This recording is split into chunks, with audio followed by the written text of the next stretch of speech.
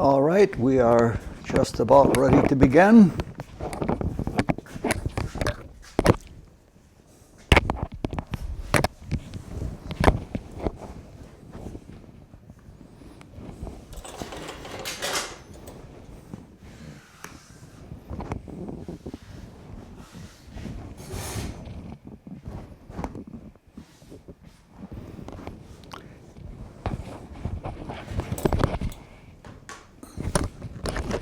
This is part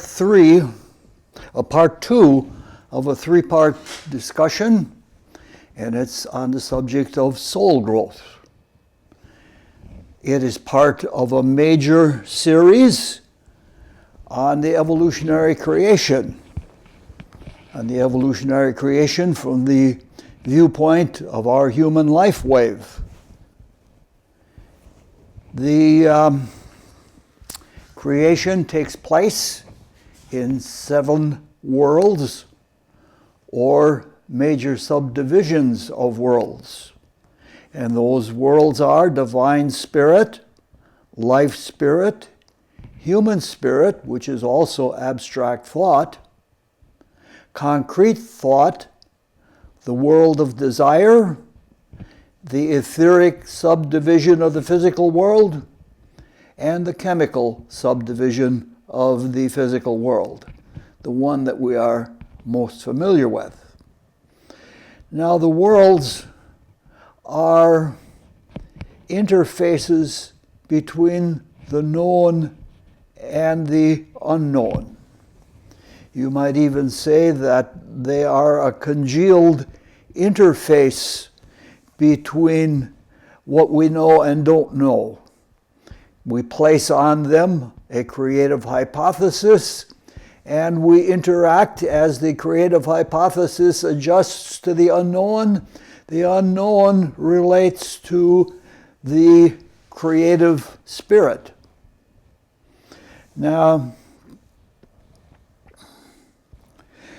some of the work of the evolutionary creation is to bring the unknown into the known, and to do that creatively. Now, in the whole work of the evolutionary creation, there are 3 classes of beings. There are creatures, there are humans, and there are creators, which some call the gods. There are levels of creatures and creators. And the levels are understood in stages of being. Among the creatures, there is a mineral-like stage of being, which is now our current minerals. There is a plant-like state of being, which is now our plants. And there's an animal-like state of being. In the creators, it's hard to even begin to talk about it. There's the angelic stage and archangelic stage and many, many, many others. In short, we're fairly near the bottom of the totem pole. We're in between the creatures and the creators, but there are many more creators above us than there are stages of creatures behind us. The whole process from the human point of view is in 2 stages: involution and evolution. In involution, the spirit works its way into matter, and it is called the materialization of spirit. In evolution, the spirit withdraws from matter, taking with it the experience that has come from converted, you might say, or processed matter that is becoming spirit. During involution, we passed through stages and we developed bodies.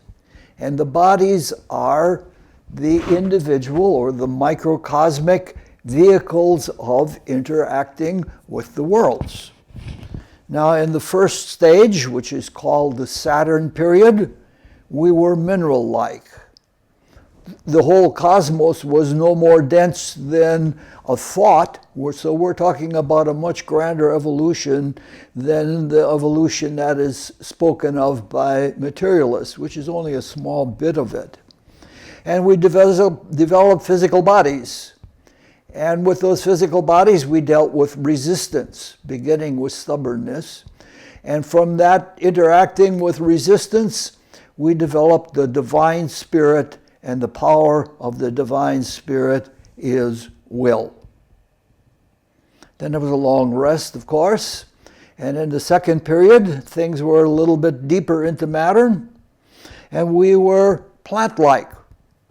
And we developed vital bodies that interpenetrated the physical body, and these vital bodies allowed us to grow, to change shape, and to heal.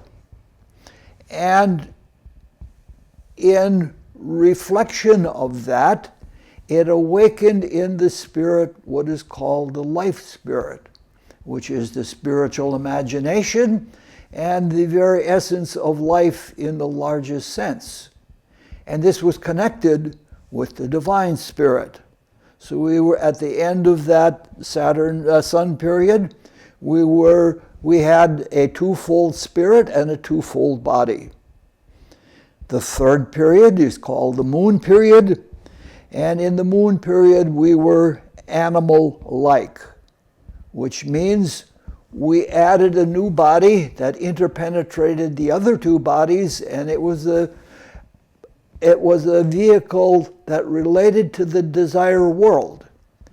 It allowed us motivation, it allowed us feeling, and it allowed us emotion.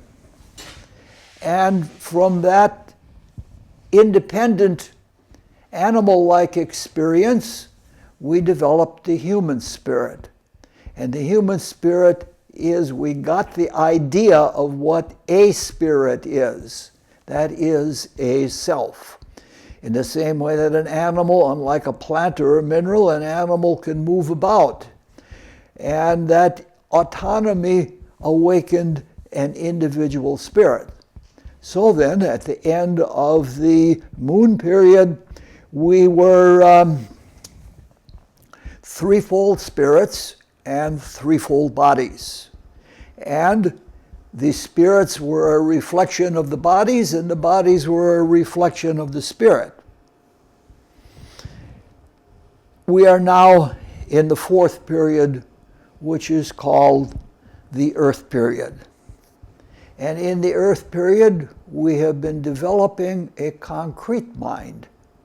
And the concrete mind relates to the abstract mind in the world of the spirit, and it relates to the bodies in the concrete existence that we have. And it is through you would say then that the concrete mind is the link between the physical and the spiritual, between spirit and matter.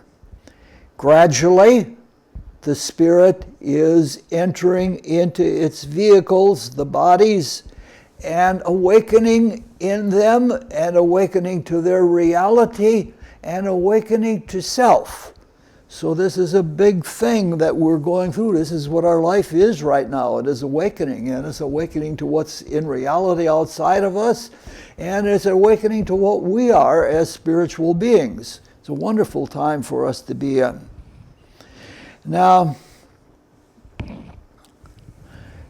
we are doing this by interacting with the worlds. Through our bodies, we interact with the worlds out of which those bodies are made. And in interacting, the unknown that is congealed in those worlds becomes known. And the process is called soul growth.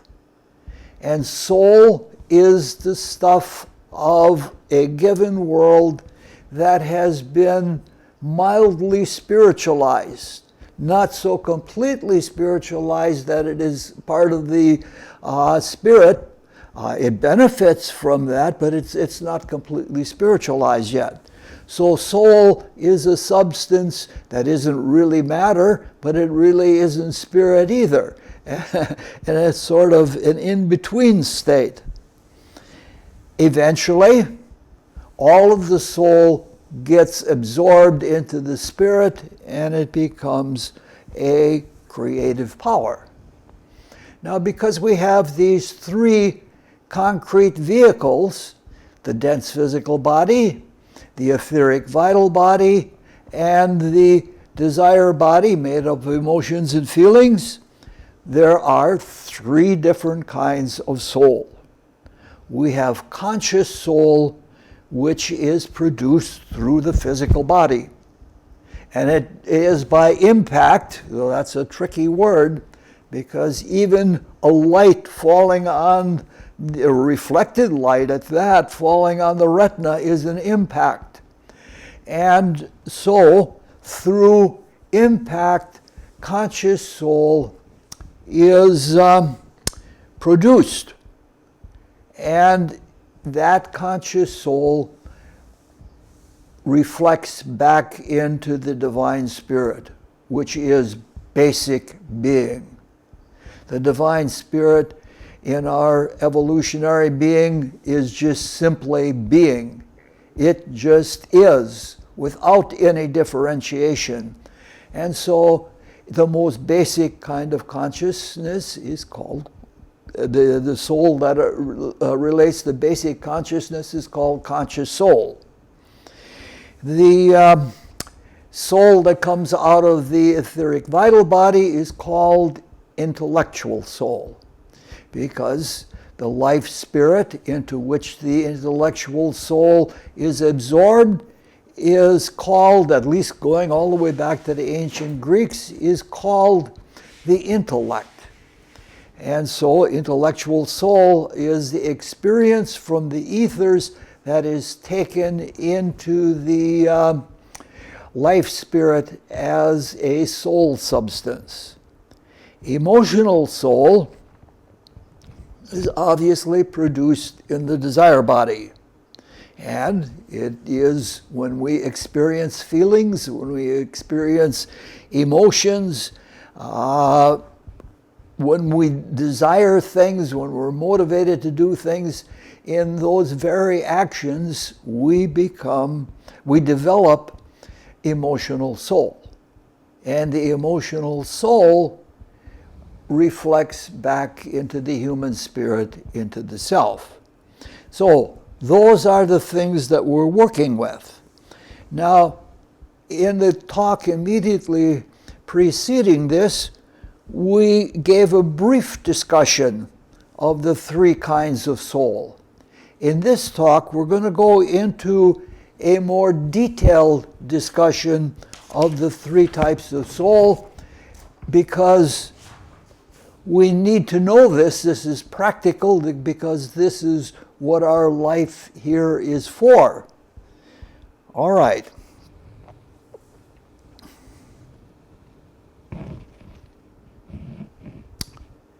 The life that we live and this whole process of a creative evolution takes place on the fly. There isn't any stop.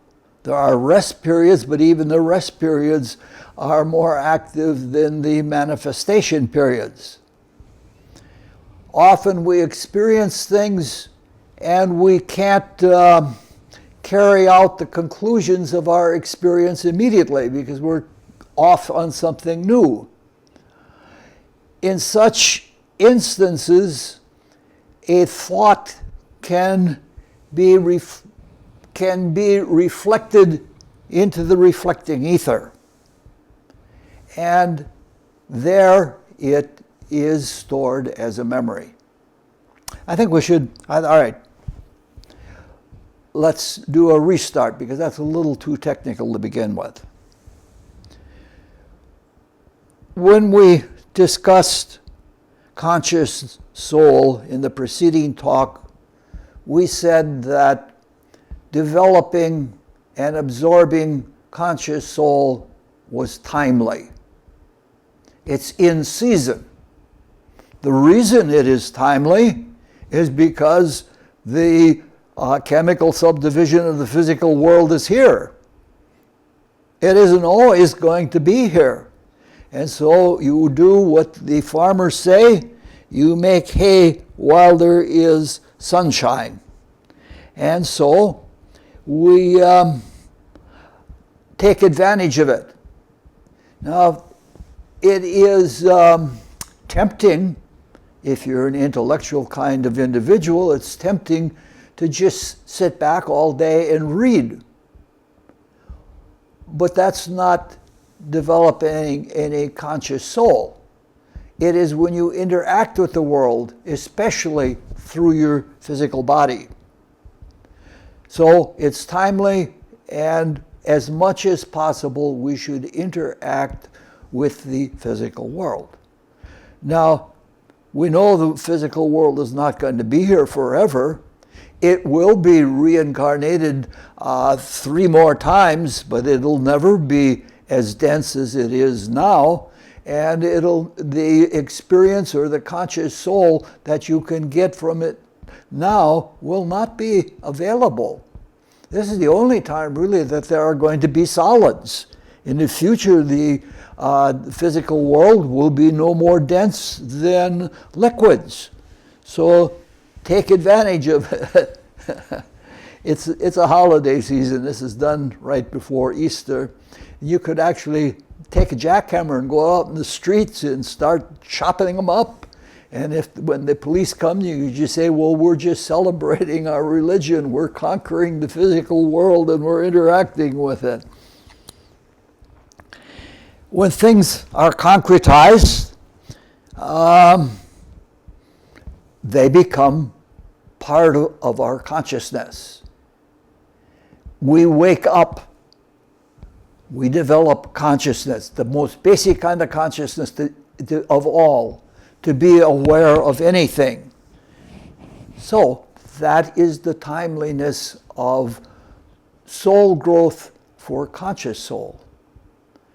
When it comes to intellectual soul, it is also timely for developing intellectual soul, but for a very different reason.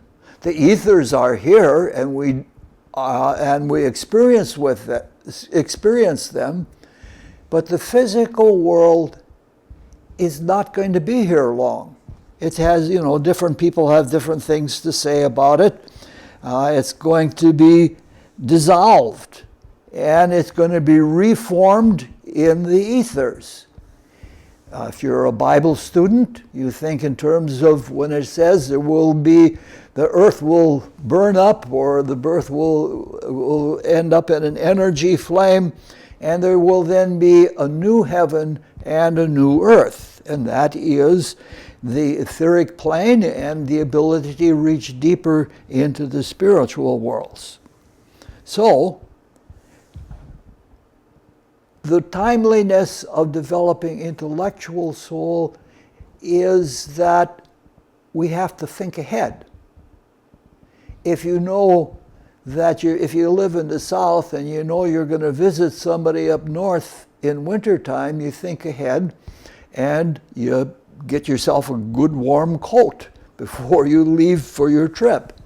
And the same thing is true with the creative evolution, or the evolutionary creation. We know that we're going to be in an etheric realm, and therefore we have to prepare our vehicle of consciousness for living in the ethers after the chemical world has dissolved.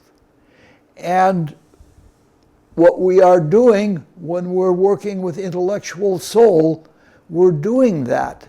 We're thickening our soul bodies, and in them we are going to live in the future. And the more we can do to that end, the better it will be for us in the next step. And that is the reason why developing intellectual soul is important.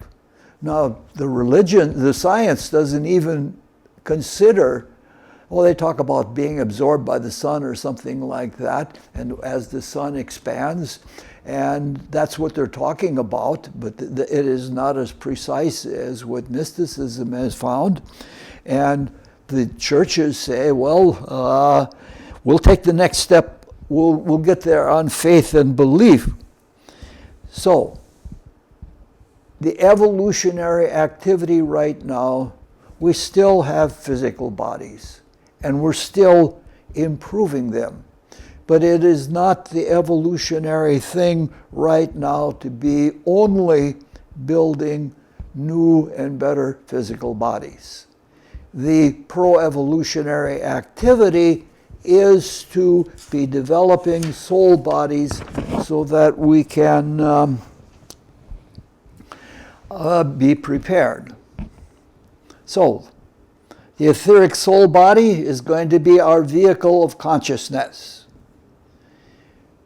Once we become aware of things like the evolutionary creation, we're responsible for our knowledge.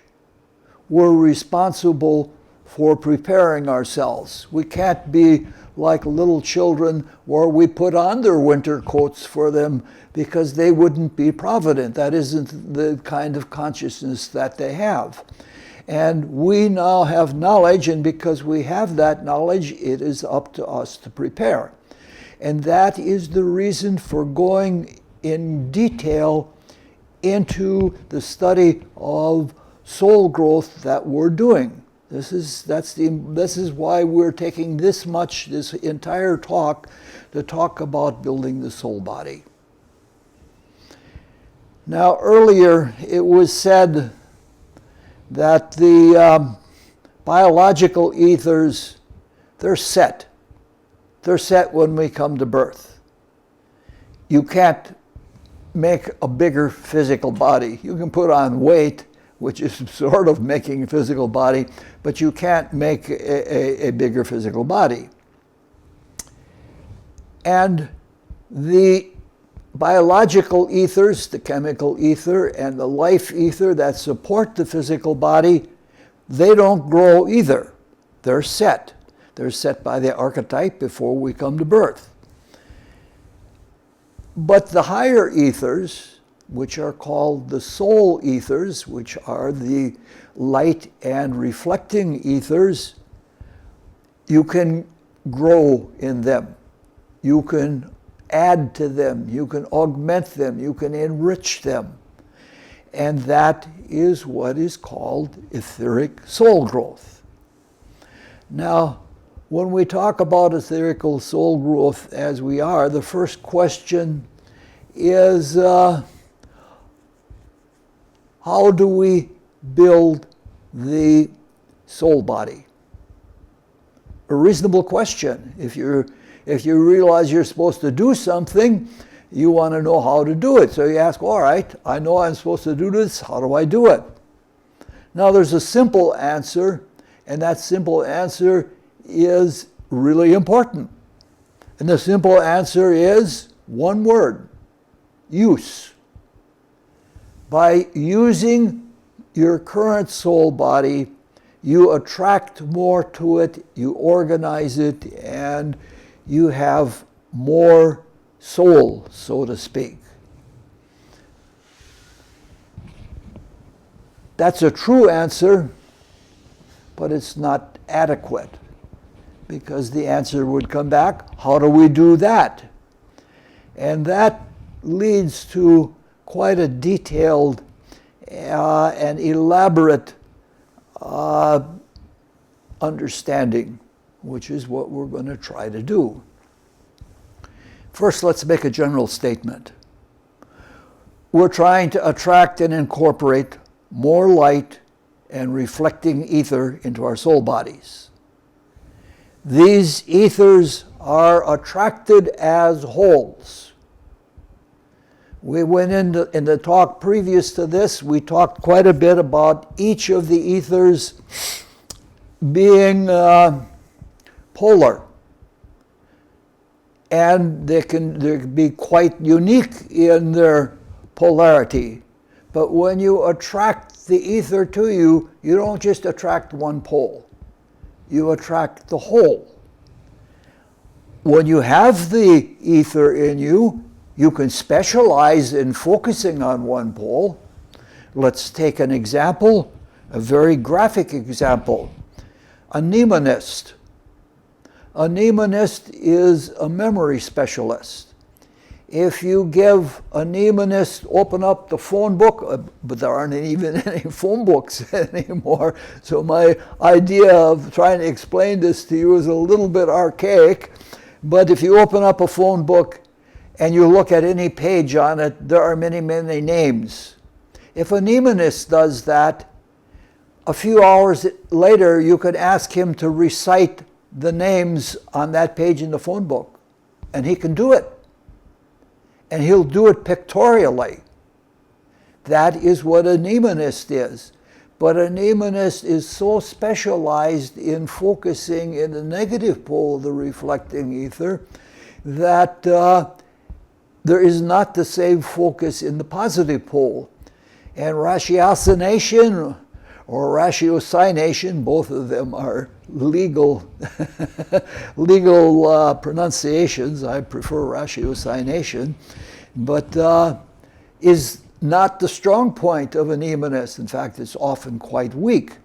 It's like saying because you become dependent and specialized in memory, you don't need and don't use reason.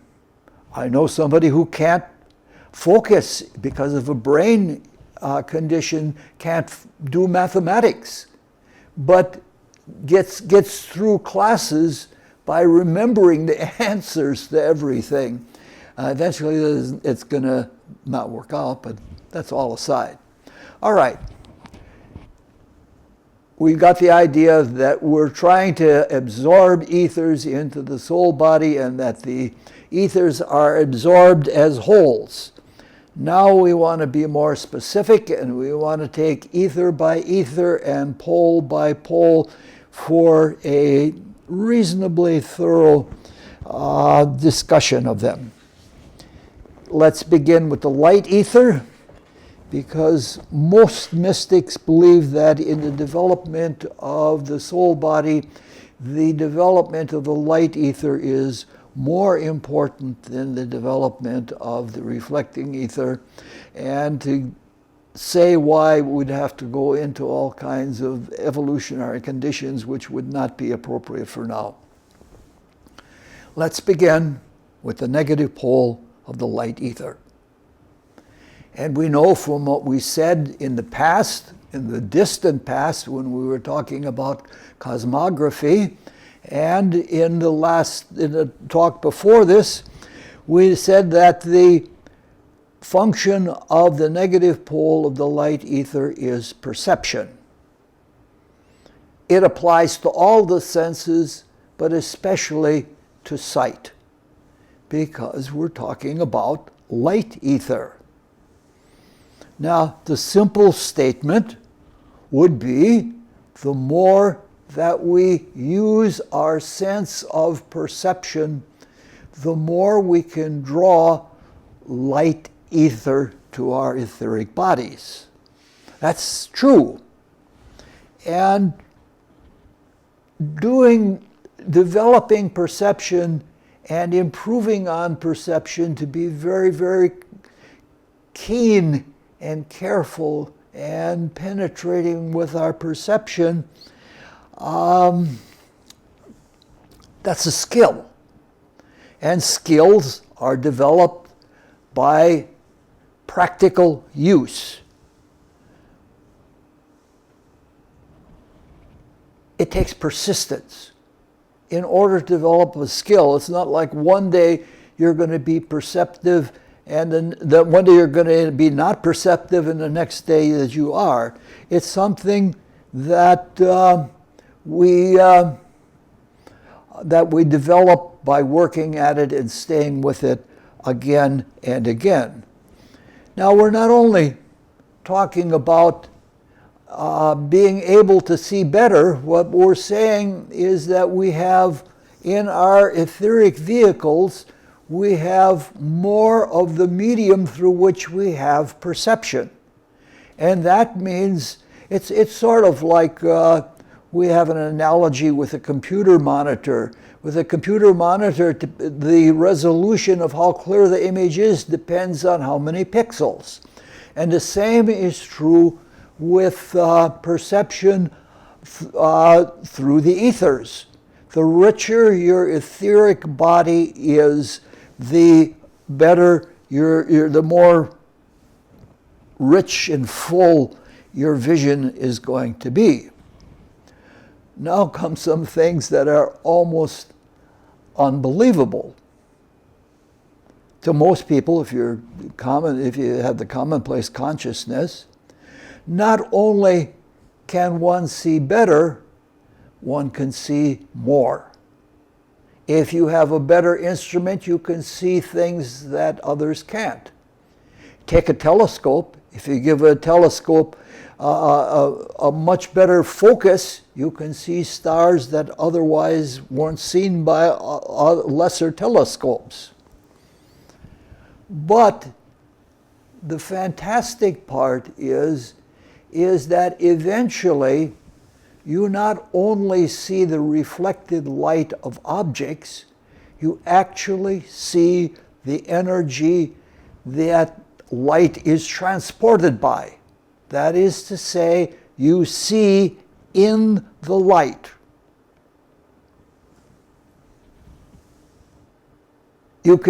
Some people call it X-ray vision, which it isn't. It's etheric vision. You can see into the energy of something. You can penetrate to whatever layer you want to penetrate to. You do this by improving your vision, and it gradually leads you into it. In the history of science, the best example is Goethe. Goethe developed an etheric vision and clairvoyance, and he did it by when he began, he did it by looking at flowers. When he looked at flowers and saw their brilliant colors in the bright light of everything, he saw that the color extended beyond the petal. He was already beginning to see into the ethers and saw that the color was being precipitated out of the ethers. And by following that back is how he came to view in the ethers. Now this is a huge advancement. If you can see the energy whereby things take place, you can understand what's taking place in a way that you can't when you only have to deal with the outer effects of them. This makes a totally different, bigger view of the universe. Now comes something for the materialist that's something even more unbelievable. From science, we consider perception to be neutral. We don't look at a flower and consider it to be beautiful, because that's a prejudice or that's a bias. That's no longer neutral. And we can't say that flower suggests love to me. You can't do that in science. Well, things are only neutral in perception in the early stages of perception. As one progresses with perception, one begins to see more than mere physical characteristics.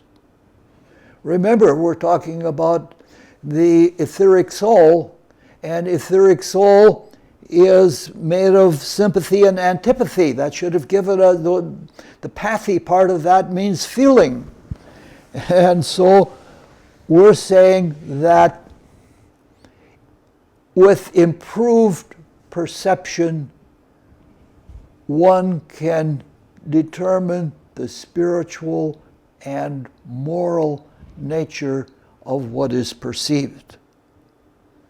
Now that's too much for some people to accept, but that's what it is.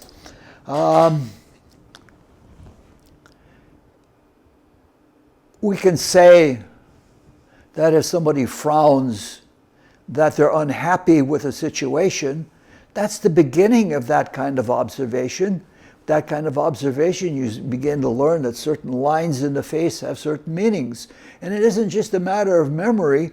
You can actually see there's something to it. Leonardo da Vinci showed that a person, when a human is snarling, it's very much like a leopard or something like that snarling. There are drawings where he shows those very things.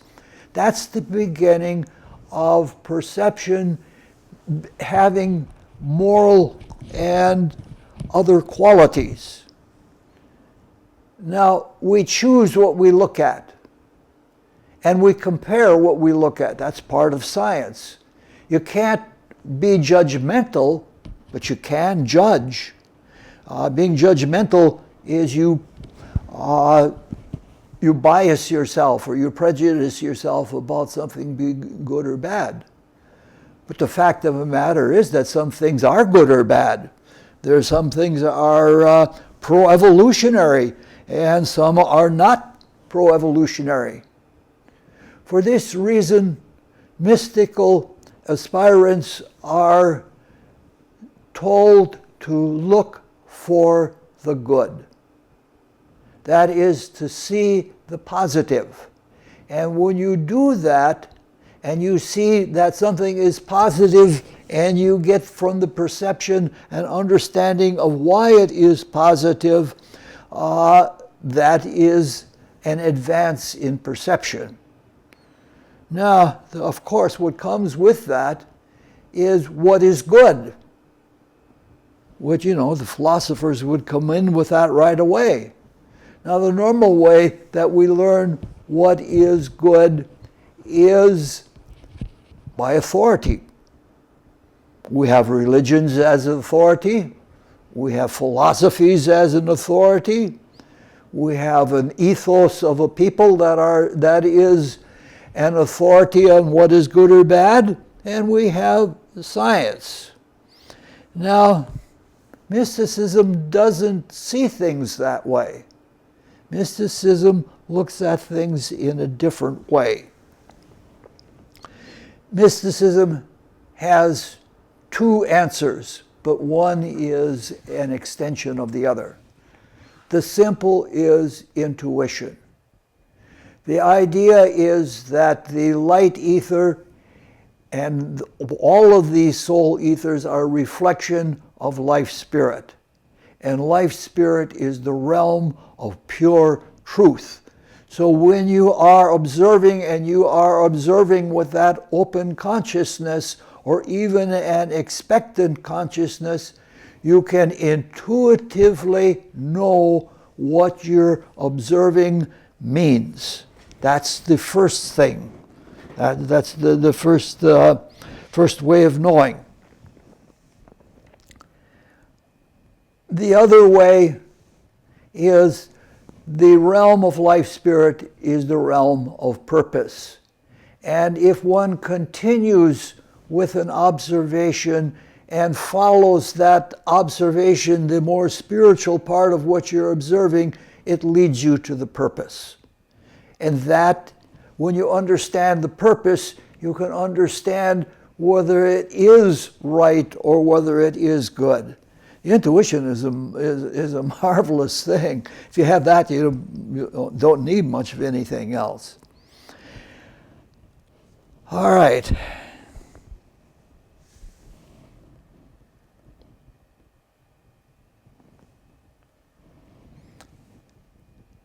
I guess since we're talking about intuition, we need to discuss that a little bit, because it can be very much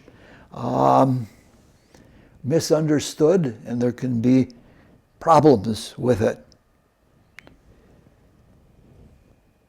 It's an unconditioned truth. it doesn't always give you an explanation, the pure life spirit intuition.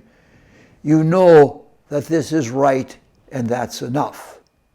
You can use the mind and get to a different kind of intuition that tells you why, but the simple life spirit intuition, you just know that something is true. Now, one has to distinguish between intuition and instinct. For mystics, the whole idea of instinct is something to eschew. Instinct is an internal guidance as to what is right for you and what isn't right for you, but it isn't a knowing of truth. It is just following an instinct. The instinct dates back to the time when we were animal-like and we needed guidance as to what to do. And an instinct is a spiritual guidance that is built right into the body. That's fine for animals, but for humans who are trying to be free individuals and not led about willy-nilly by the gods of any kind, the sooner one can rid oneself of instinct, and the better it is. There is a way that one can determine, it gets tricky. Instincts are always self-protective. Intuitions are neutral or other-oriented. You get an intuition about what's good for all or what is good for an individual. So those are things that you can tell right away. But there are problems recognizing intuitions. Part of it is that if we don't have much of a soul body, they're faint and they're not frequent at all. So if you are fortunate to experience intuition, it is best to act on them and not say, well, I'll just see whether this is so or not so, because they're very rare things and you forget them easily. So, responding and recognizing faint intuitions, as some people try to associate it with a still small voice, which is a form that it takes sometimes, but for sometimes that still small voice is so faint you don't hear it. And then there is the fact that we do have self-centeredness and selfishness, and we don't always want to respond.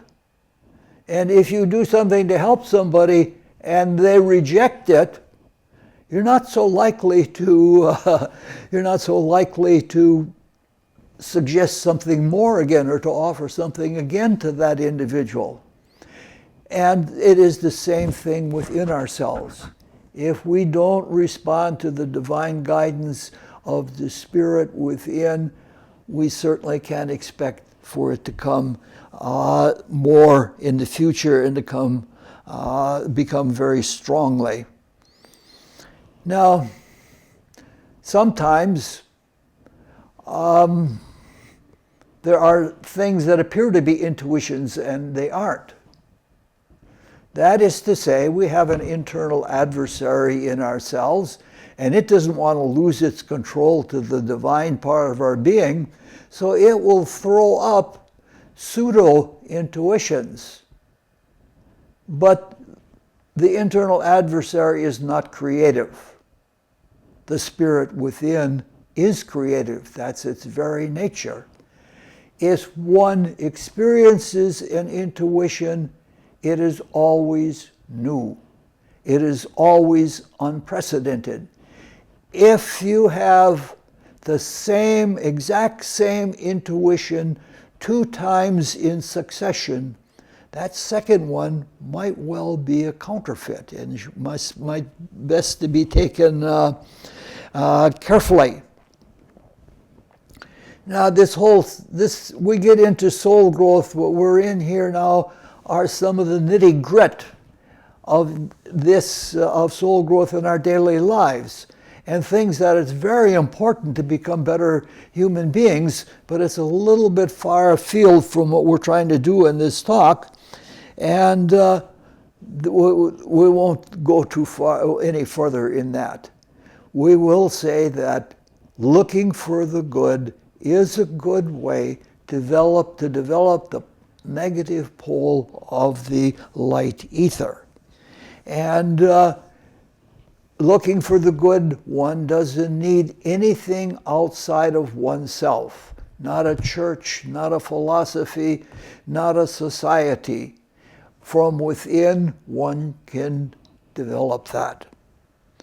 All right. There's a whole lot more we could go into, but I think that's enough for now.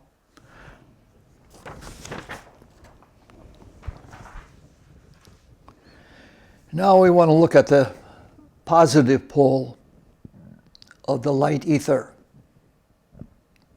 Now we've laid fairly decent groundwork by looking at the negative pole, so it should be easier to get into the positive pole. Positive poles of all types are just that. They're positive. Another word for them would be active or activating. Now in these talks, time and time again, and it's going to be many times again, analogy is one of our most useful tools, the principle of analogy. Now, we can do that now in trying to understand the positive pole. The ultimate pole in the cosmos is the spirit-matter pole. On one end is pure spirit, at the other end is pure matter. The positive end is the spirit end, because the spirit initiates change, it initiates action, and the negative pole, it responds or it even resists sometimes, and they each have a different function. So perception at the negative pole is receptive. That's exactly what you expect. So that looking at the positive pole, we would look at something activating. Now, if you look at simple introductions to mysticism, we even did that earlier, at 2 different times earlier, and maybe even more often, that in the human body, the function of the light ether is to warm and drive the circulation of the blood. When we talk about blood, we're dealing with something more than it appears at first sight. Goethe, who was a great mystic, in his Faust, when the devil Mephistopheles is trying to get Faust to sign his name, he says, "Sign it with your blood." And he is told by Mephistopheles, blood is quite a special fluid. And mystics have very unusual ideas about the specialness of blood. Now, the word fluid, as used by Mephistopheles, is the right word, because fluid applies to both gases and liquids. Now, this is something that's very hard for most people to take. It has been for me for quite a few years. Mystics claim that the blood is a gas until it is exposed to the air and it becomes a liquid, and then through evaporation becomes a crystallized solid. The gas word is the difficult part. It's not actually a gas like hydrogen or nitrogen or something like that. It is an etheric gas, a very thick, energetic, etheric gas. The thickness is relative to the ethers, not relative to the physical, because that, according to that, it's very, it's very thin. The fluid is a good word. There's another word that would work, but there are so many definitions of that other word that are confusing. The other word is a plasma. Now, when you say plasma, you don't mean blood plasma. We're talking about plasma more the way physics talks about plasma. Like the sun is a plasma. It is a bunch of gases whose have no electrons, using their lingo, have no electrons, but it's just a plasma of energy. And that is a good word for the blood before it gets condensed into the physical world. So, that is hard to take, but the next step is a little bit easier to take. And that is that the blood is the direct vehicle of the spirit, the ego, the self. It directly expresses through the blood. When you digest, the blood goes to the stomach. If you're involved with sexual activity, the blood goes to the sex organs. If I tune a musical instrument, my ears become bright red. Those are examples of the fact that I, either consciously or unconsciously, am directing the blood.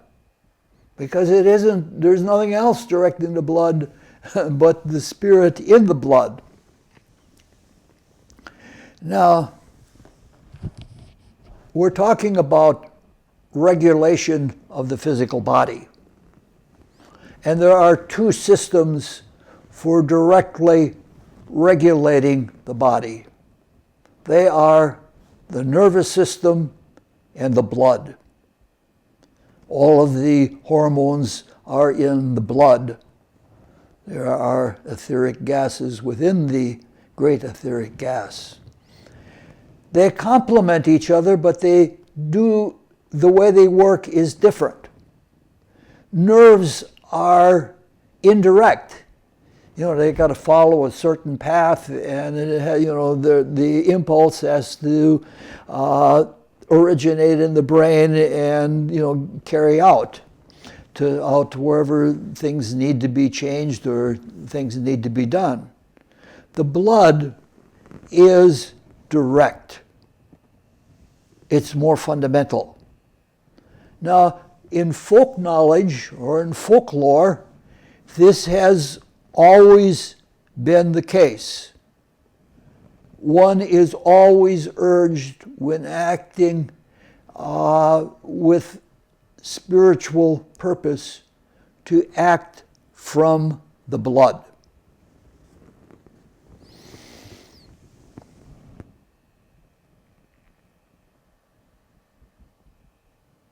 Now, from all of this,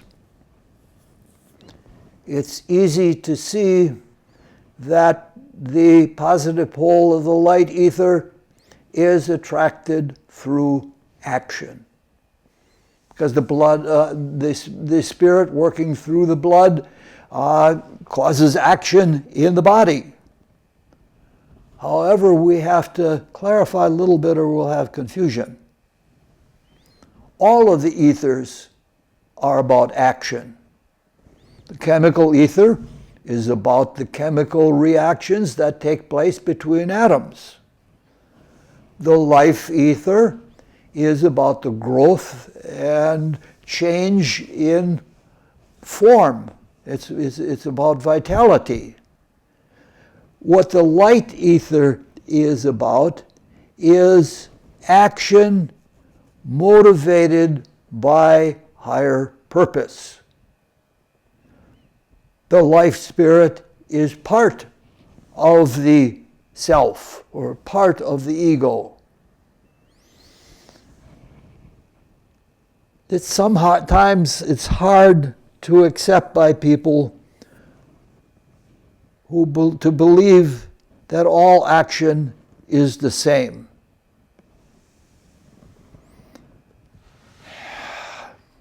Boy, this is a tough section to go through. To answer a question, we can use an old saw that says, the proof of the pudding is in the eating. If one is open and gives it a fair try, one can prove to oneself that this is true in a great experiment. In doing this,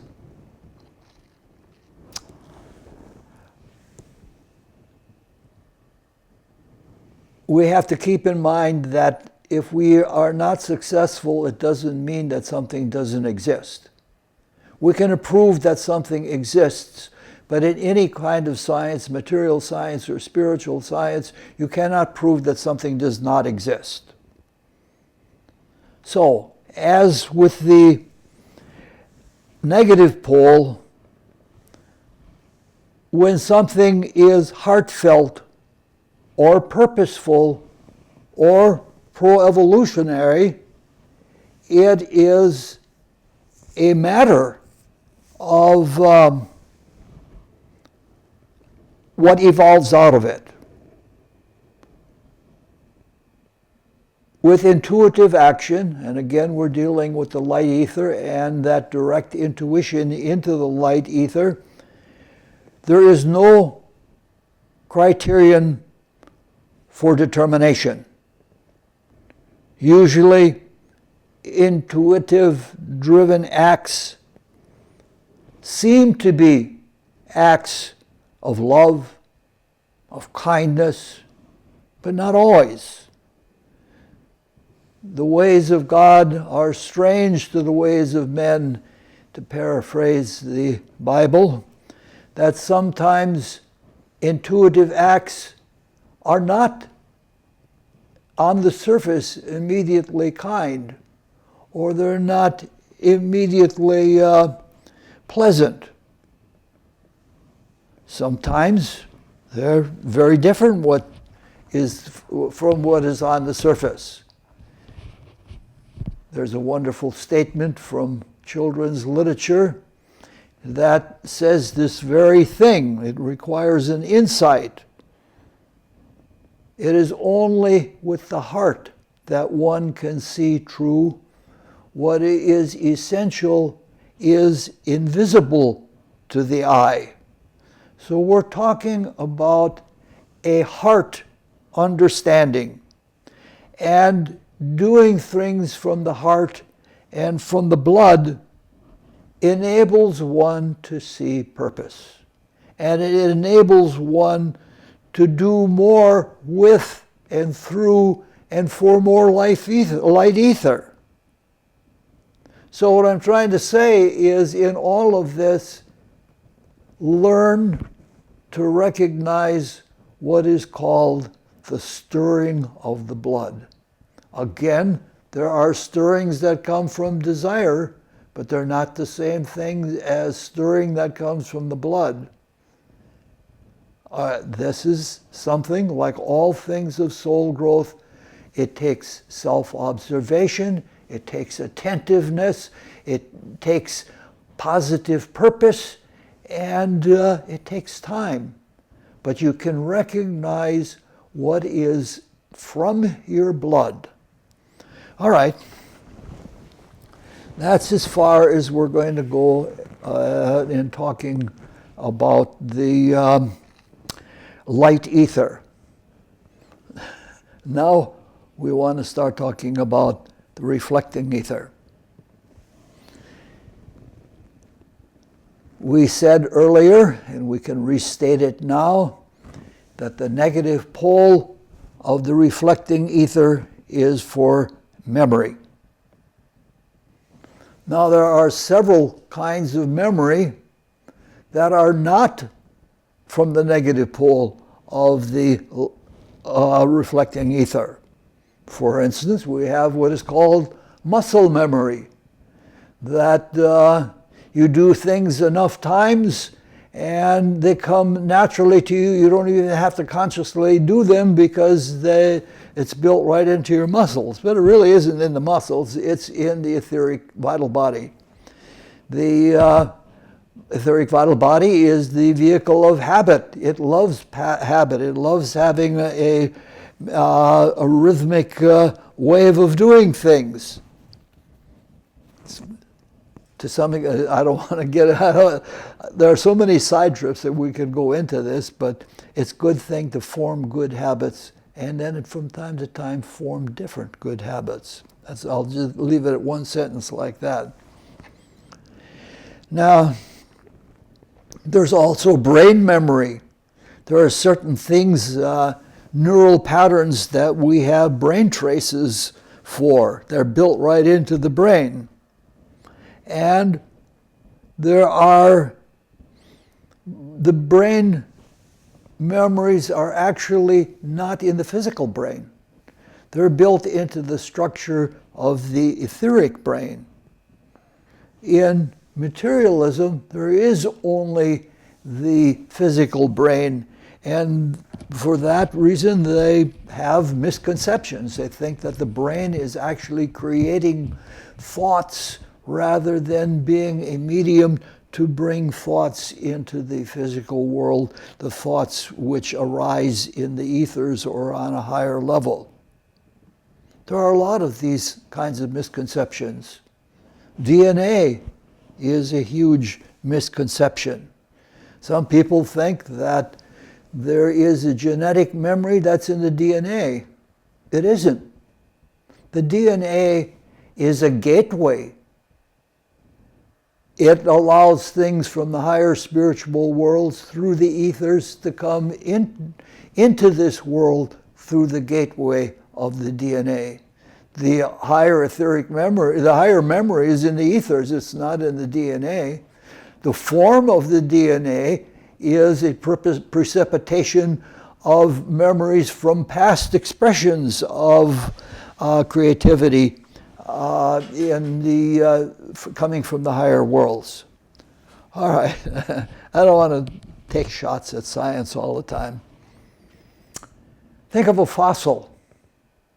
A fossil is a kind of memory. It's, some kind of animal got stuck in the mud, and the mud hardened while the biological form disintegrated, and the memory of that biological form is in the stone as a fossil.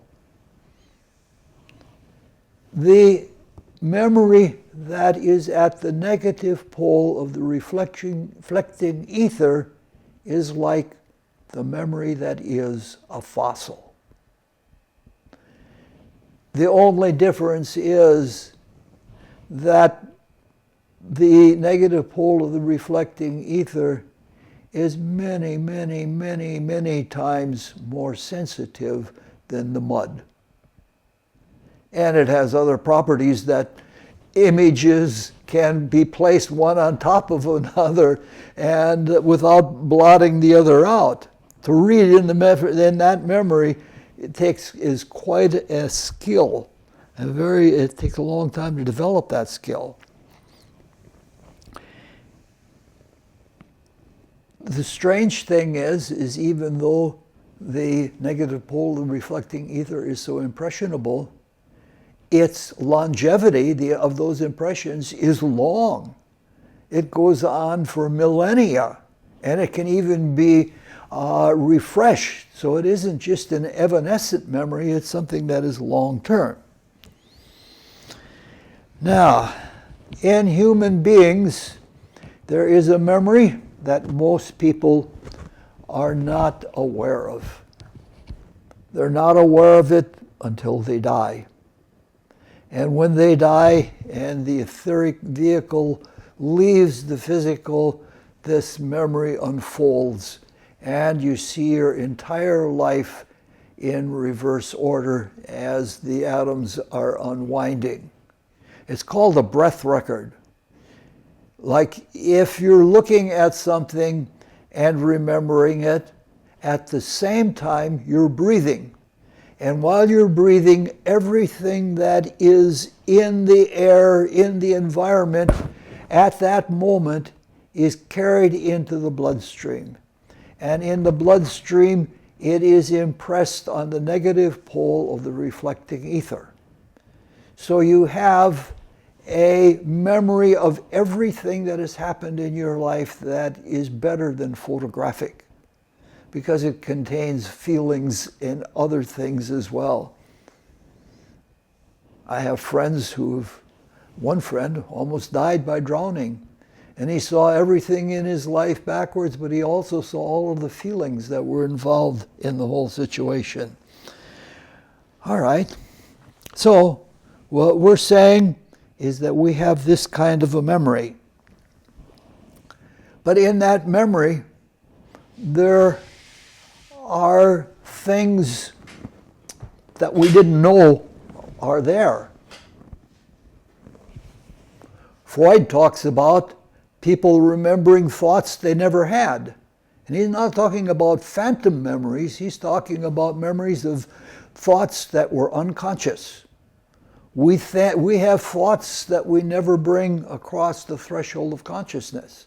That is also in that breath record. And then there are thoughts that come to us from other beings.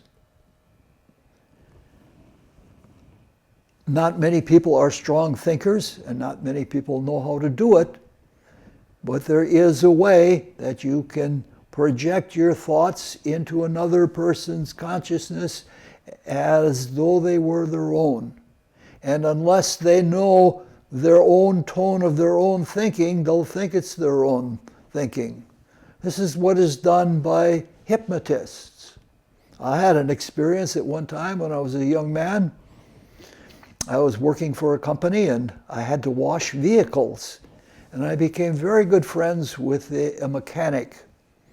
And one day I'm parking a vehicle across the lot from where he was working, and I looked at him, and it was just at the time of sunset when most people see the fairies for the first time. It's between darkness and full sunlight. And I looked across the lot and I said, geez, his aura is really rich. And I went back to the vehicle that I was parking, and he was right on top of me in seconds. He said, what did you just think? And without knowing it, by looking at his aura and thinking, I actually projected my thoughts into him, and he recognized them right off. Yeah, all right. All right. I'm afraid this is going to be a long night tonight. I'm prepared to go for 2 hours if I have to. Yeah, we're getting there.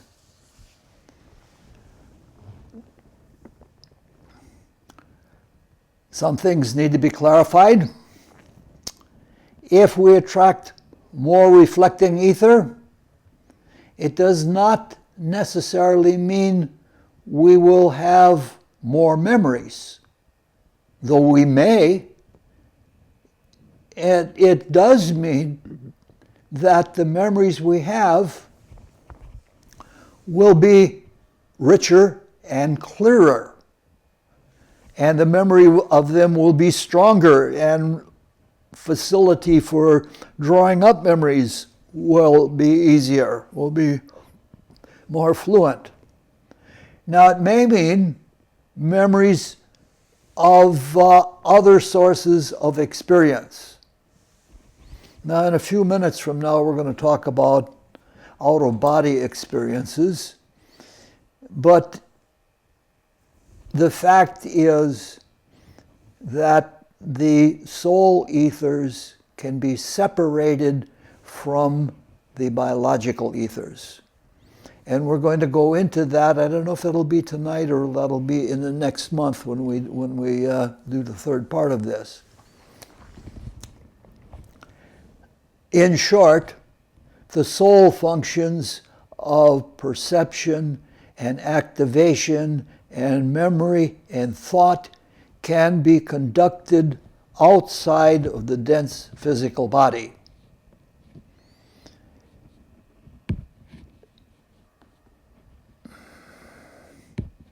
If you function outside of the physical body, you may have all kinds of experiences. But your ability to retain those experiences and bring them to consciousness depends on the richness of the reflecting ether in your soul body. Now, there are exercises that you can learn to become aware of the reflecting ether, but they're just not appropriate right now. For right now, it's just enough to say that such exercises exist and that eventually you will get them.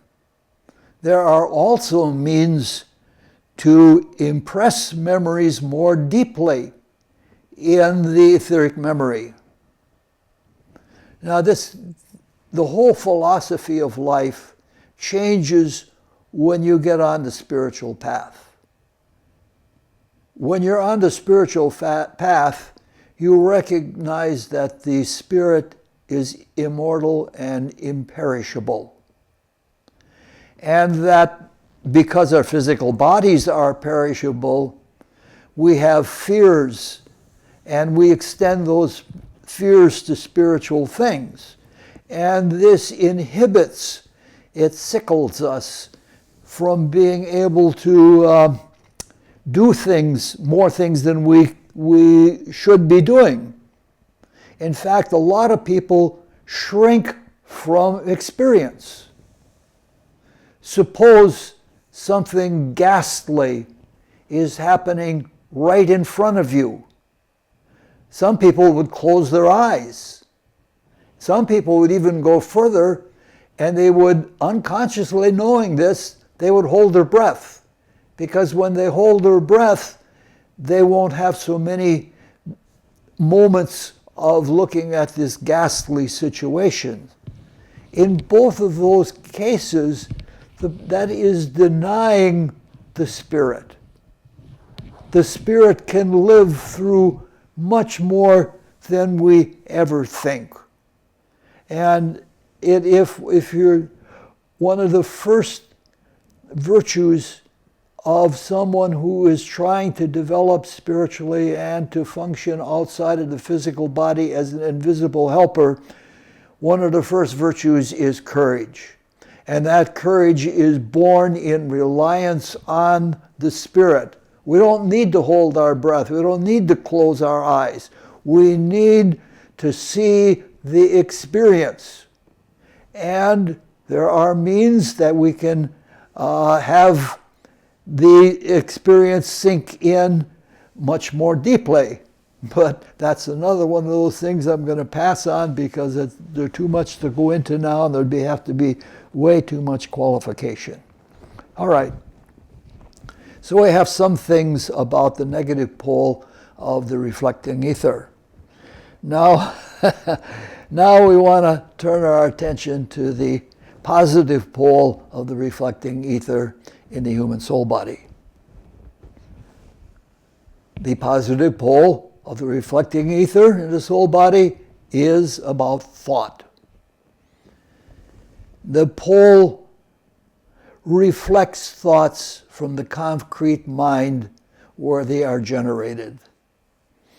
Now, I dislike the whole idea of calling it the reflecting ether. It would even be better to call it the echoing ether or the resonant ether, because thinking is a tonal process. There is a tone to every thought. There's a pitch, and it has, multiple dimensions of tone. And the ethers can resonate. And so there is a resonation between the concrete mind and the positive pole of the reflecting ether. Now, the word reflecting, as we use it in our daily lives, is a passive activity. We think of reflection like the reflection of a mirror. The mirror doesn't do anything. It just the light bounces off out of it.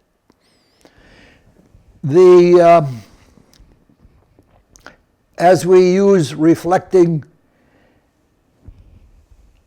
in our lives, how to say it? Thinking is a vigorously active activity. The thinker, with a capital T, is the spirit. The thinker projects from an idea, a truth, a principle. It projects into the concrete mind. The positive pole of the reflecting ether projects, and by analogy, it projects thought through the etheric brain into the physical body.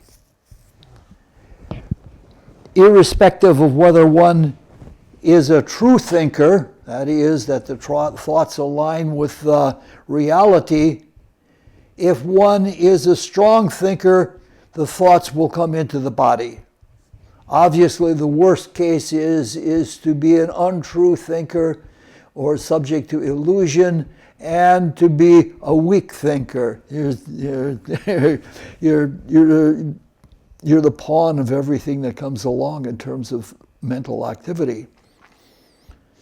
Unless one has worked very hard on thinking in a past rebirth, one is usually a weak thinker to begin with. At first, in one's thought life, whether it's in this rebirth or whether it's over a number of rebirths, thoughts are vague and uncertain. We don't resonate well. But with use and with practice, things become clearer and stronger. Practicing thought exercises of any kind are likely to be productive. The mind and the etheric brain both are improved by practice in thinking. That's another subject that we could go into, but we're not going to go into. Now, thinking clearly and seeing thoughts in a much clearer way with an evolution of time, that's not just a matter of developing brain traces or thinking or something like that. It is a matter of actually improving in thinking. And again, use comes in. The more one thinks, the more one attracts reflecting ether. Now comes a whole long list of disclaimers. In my horoscope, Mercury, the planet that rules thinking, is exceptionally disproportionate in influence compared to all of the other planets. So thinking is important to my life. Thinking, when it has been done, which is not to say that it's been a lot, has been important to me. It's been important to my development. I can't claim to be a strong thinker like Socrates or Nikola Tesla or somebody like that. The fact is, it's very hard to compare thinkers because there's different ways of thinking, and often it's like comparing apples to oranges, so to speak. After all of these disclaimers of not being some kind of a monster mental person or being an especially good thinker, I'm going to share some experiences about thinking. Not because they're mine, but because they are good examples. And not because I'm a good thinker, but because they are good examples. The thinker is the spirit. It is the individuality. It is a spiritual being. In the process of thinking, one gives form to an intuition. Now, there are two types of intuitions. One comes from life spirit, and we've talked about that quite a bit tonight. That just knows that something is true. The other one is from human spirit, from the thinker. It is when there is self-evidence in ideas. And when one recognizes the universal self-evidence of a particular idea, there is an intuition about that. And that intuition has answers. So with the first kind of intuition, the life spirit intuition, you just know that something is true. With the second kind of intuition, it isn't as strong and it isn't as pure, but you know that something is true and you know why it is true. Now, in the process of thinking, that intuition gets projected into the concrete mind. The thinker is in the abstract mind, and from itself it projects into the concrete mind where it becomes a concrete thought form. So a concrete thought form is a receptacle. Thought forms are seen as vacuums. They receive the truth from the spiritual mind, from the higher abstract mind that is received resonantly into the concrete mind. And that resonance carries all the way down to the positive pole of the reflecting ether in the etheric brain. Okay. So when you're thinking, you can think from either point of view. If you think from the personality, you're thinking from the concrete mind, and you're producing a form to receive the thought. So all concrete thinking is asking a question, and that question produces a vacuum. If you're abstract thinking, you're projecting and saying, it is like this, or there is a postulation, or there is an assertion. And so if you're thinking from the higher self, from the thinker, then it is different. I could go into this, goes into the legendary musical battle between Pan and Apollo. Apollo used a string and vibrated into the world. Pan used a panpipe and received the tone, and that's like a concrete thinking.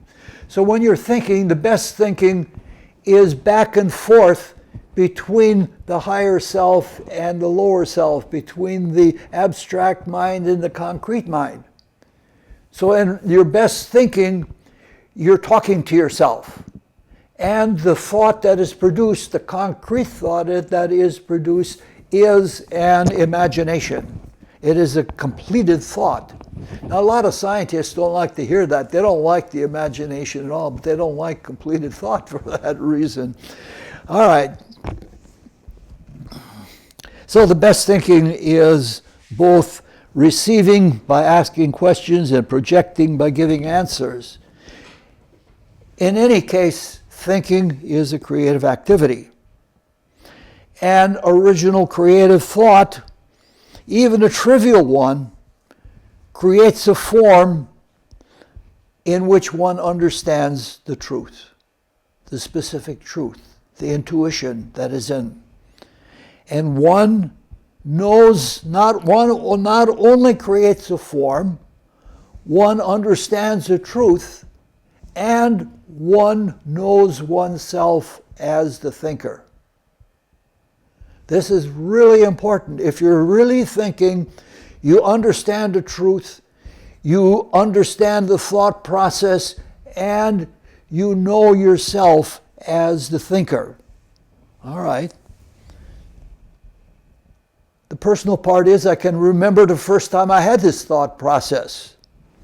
But ironically, I don't remember what the first thought, creative thought was. When I'm talking about creative thinking here, we're talking about something coming from the Spirit.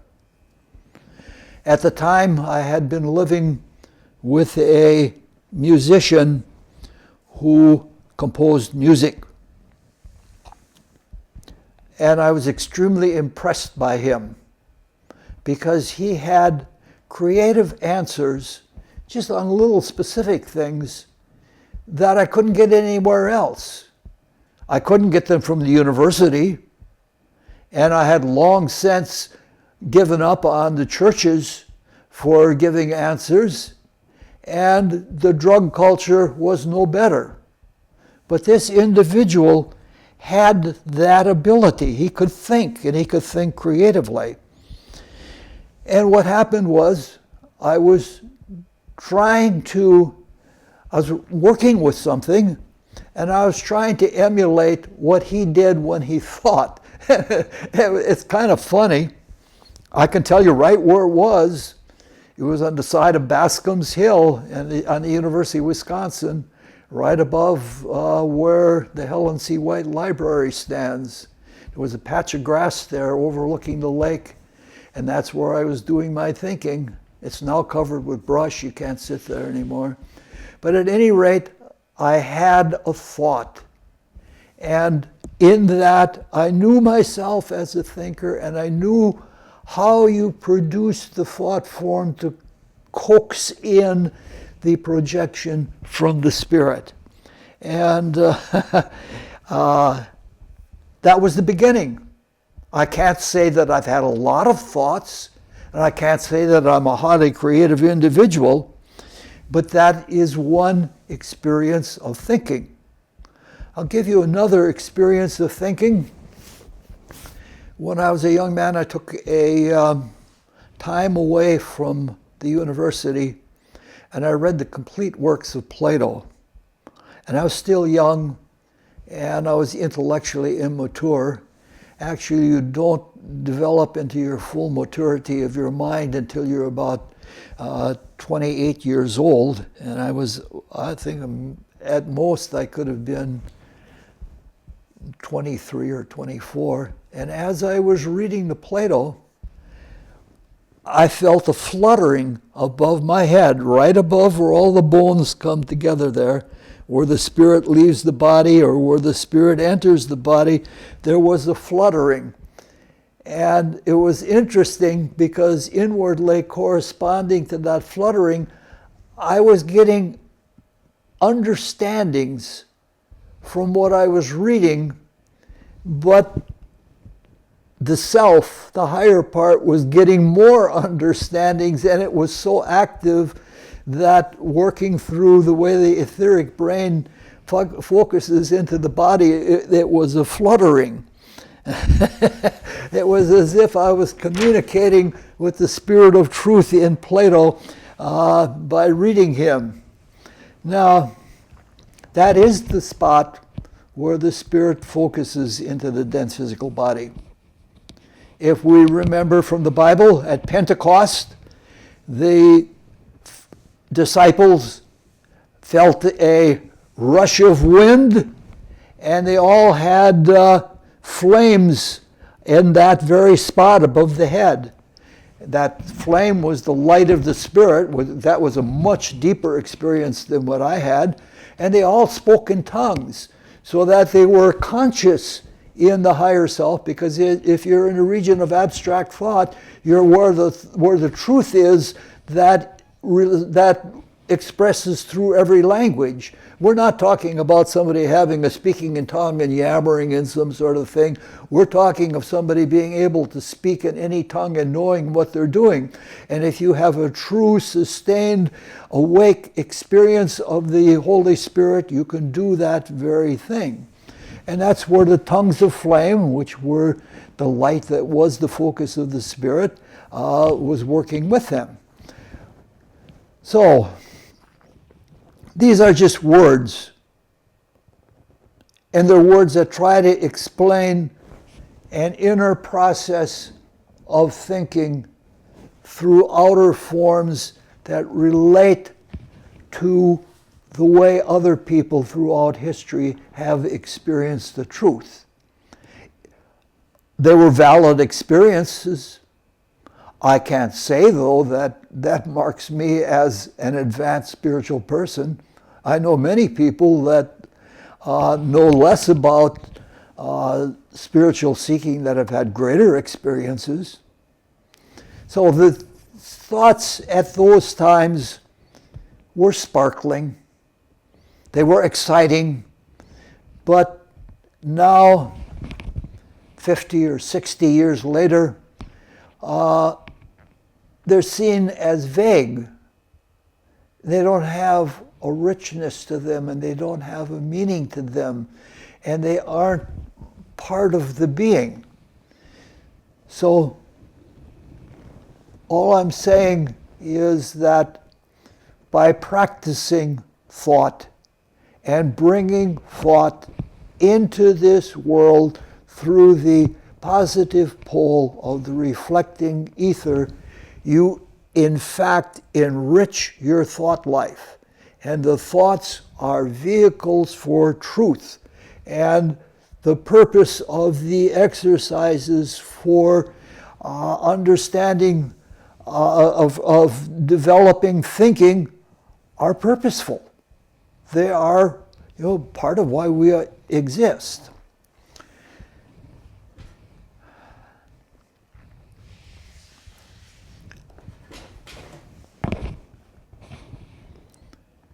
Again, it needs to be said that persistent application is necessary. I've described some moments, and those moments were high points, but they couldn't exist without the other work, the trying and the applying of oneself to think. But when you think, you have to be careful. And this is something, again, I'll only mention it, I won't go into it because it would take too much time. You have to recognize when you're thinking how dependent you are upon your brain when you're thinking. Because if you are too engrossed in your physical body, and you have that nervous kind of temperament when you're thinking, you're destroying brain cells. I destroyed a lot of brain cells when I was a young man because I did amphetamines. Amphetamines, they souped you up and you could rattle away a mile a minute, but they had you in that neural kind of thinking that was extremely brain-oriented, and I did a lot of damage to what could have been a more fulfilled spiritual life by doing that.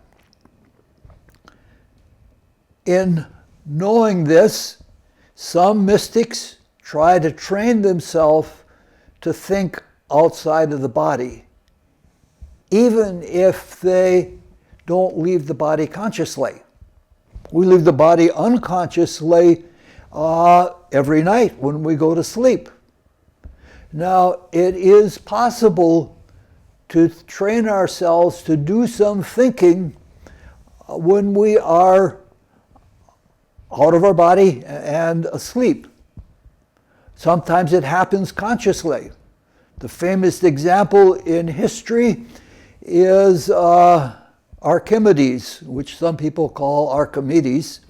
He was at a party and he went home, and he came back later naked because he was still in his nightshirt or something like that. And he said, I found it, I found it. He had been thinking out of the body, and then it came into his body. I think probably everyone listening to this talk has at some time or another awaked from a dream and came to an understanding and immediately wrote it down. Because that wasn't a dream, that was a mixed up symbolic mess. That is a case where one was thinking and carrying thoughts out, and when they came to a conclusion, it was exciting enough to wake them up, and then they wrote it down. I think everybody's had that experience.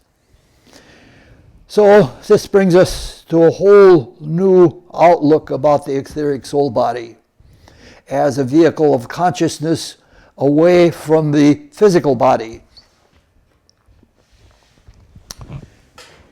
So we're trying to now study consciousness in the etheric soul body, away or apart, or even if in the body but not focusing through the body.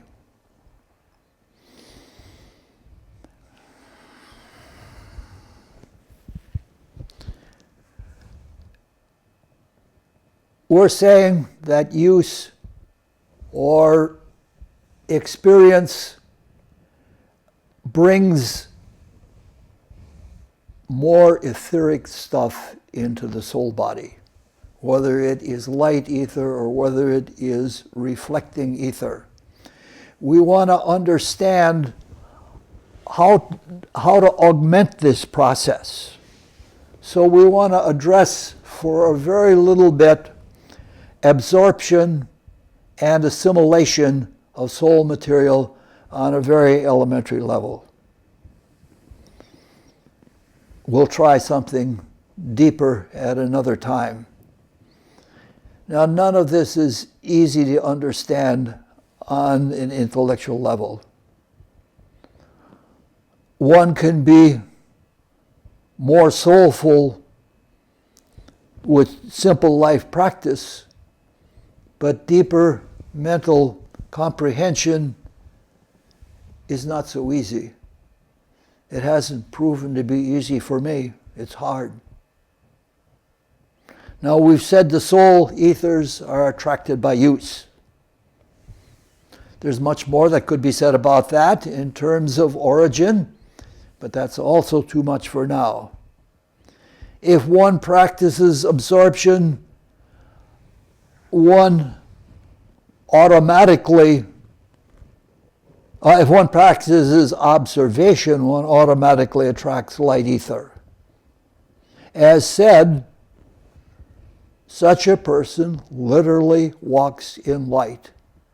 Whether they are inclined towards spiritual studies or not, a person who has attracted light ether, either by observation or stirring the blood to acts of service at the command of the higher self, that person walks in light. Now, we have to try to say something that's nearly impossible to verbalize. Because someone has something in the aura doesn't mean it is an integrated part of one's inner constitution. You can have something in your etheric aura, the higher ethers in the soul body, that are not part of the constitution. something has to be, I can't think of a word that is right, something has to be set into the etheric aura.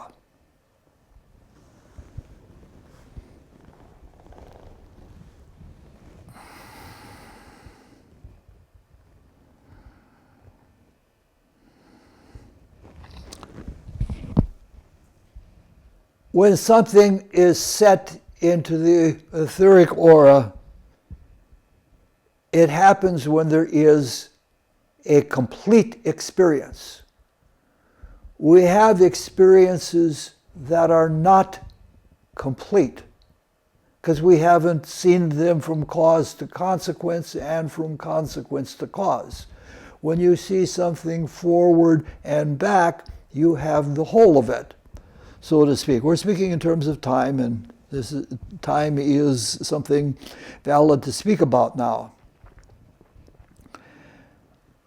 Suppose somebody does something for the good or acts altruistically and doesn't note the fact. It's part of them and their influence is there, but it isn't an integrated part of them. I'll give you an example. I used to have a friend, she's passed on now so I can legally talk, that was extremely neurotic and had one of the hardest childhoods I ever knew. But she was clairvoyant. She was involuntarily clairvoyant. And she was tremendously insecure. And because I had answers for her about the things that she was experiencing psychically, she glommed onto me. And I was wanting to help. I was wanting to help at almost any cost. And it became like a straitjacket. She even went to work where I worked. She had a wonderful career, and she quit that, but came to work where I worked. And it was hard and it was heavy. And there were times that she couldn't be with me. I had other things I had to do. And she went with one of my friends. Basically, he was a very spiritual man and is a very spiritual man. And she was looking for security and looking for answers. And she was with him, and she was pestering him. And she was looking for a response of a given type from him. And it wasn't forthcoming, and she pestered and pestered. And finally, out of the goodness of his heart, he did what she wanted. And she told me what happened. She said, I saw a little golden curl go into his aura and it disappeared. That is something where it became part of him. It was not set. It was in him and it was influencing his general aura, so to speak, of consciousness, but it wasn't set. All right. Now let's leave that sit for now.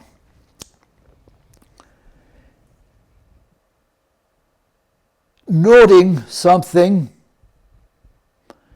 is what does the setting. When you note something, it becomes part of you. In this case, my friend that made the sacrifice and got the little golden curl of light ether into him because he acted unselfishly, it didn't become part of him because he didn't note it. He may not have even known that it had taken place. Self-conscious awareness of soul building, even though deeds are done with the highest of self-forgetting service, won't become part of you until you note them, until you are aware of them. Now, obviously, this is another trial. This is a trial on a higher level, because even at this level, egoism can come in. And you say, oh, I did that for that person. And right then and there, you've tarnished the gold and you've given egoism a little toehold. The best way of noting an event and putting it or placing it in your being is remembering the event. For this reason, mystics practice an exercise that is called retrospection. We're going to be very brief about it now, but what retrospection is when you retire at night and go to sleep.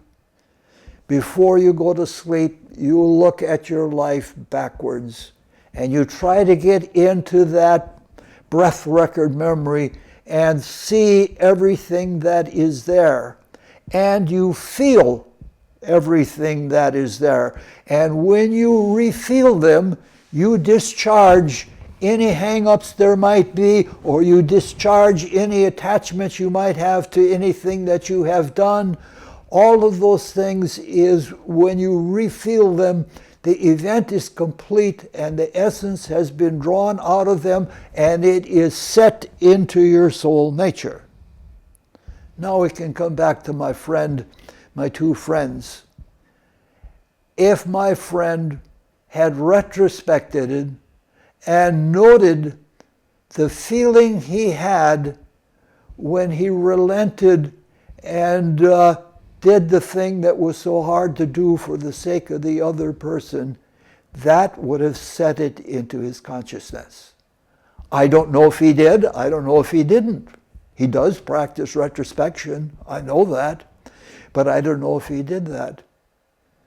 For many people, the setting of the soul, so to speak, from our actions does not come until after death, when we see our lives backwards and then relive them in purgatory and the heaven realms. So, that is a complete experience, and a complete experience gets set into our being. So, it is in this way that soul material is completely assimilated and it gets set into the soul body. Now, an exercise like this associates experience in causal relationships. That's one way of organizing the soul body. Organization is complete because it is because the function of the soul body depends on the laws of the soul body, that is, of the ethers. And it is fluidic. And everything that occurs in the ethers, because of the fluid nature, things are subject to fluid dynamics. And things that are subject to fluid dynamics are subject to wave activities. And when you complete something, it's like the wave has been completed and it carries into the next thing. This is why some mystics chant, because in chanting they set up rhythmic patterns and waves in them. There are all kinds of stories about monks in a monastery chanting, and then a new abbot comes along and says, you can't do that. And their whole life falls apart until they take up chanting again, and then the organization is there and their whole life is much improved. Another way of organizing is repetitive prayer. But repetitive prayer is something that one must also be careful of. You can't let it be As Christ says, you can't have it be a vain repetition. It must be self-conscious every time you do a prayer. Or you could, the length of the prayer even matters. If you do a short prayer, like the Jesus prayer, I don't know how to say it, it makes tight waves or tight curls in the etheric vital body, whereas a longer prayer has more of a, I don't know the right word. By now it's been almost 2 hours and I'm pretty tired. We'll come back to these things again. That's about as far as we're going to go for this evening. Thank you very much for sitting through or listening through a marathon like this. I enjoy doing this, and it is really a fulfillment. It helps me to see my own history of my own life of seeking and where I have been successful and where I have failed, and I can share in that way and in that way be helpful to other people. So thank you very, very much.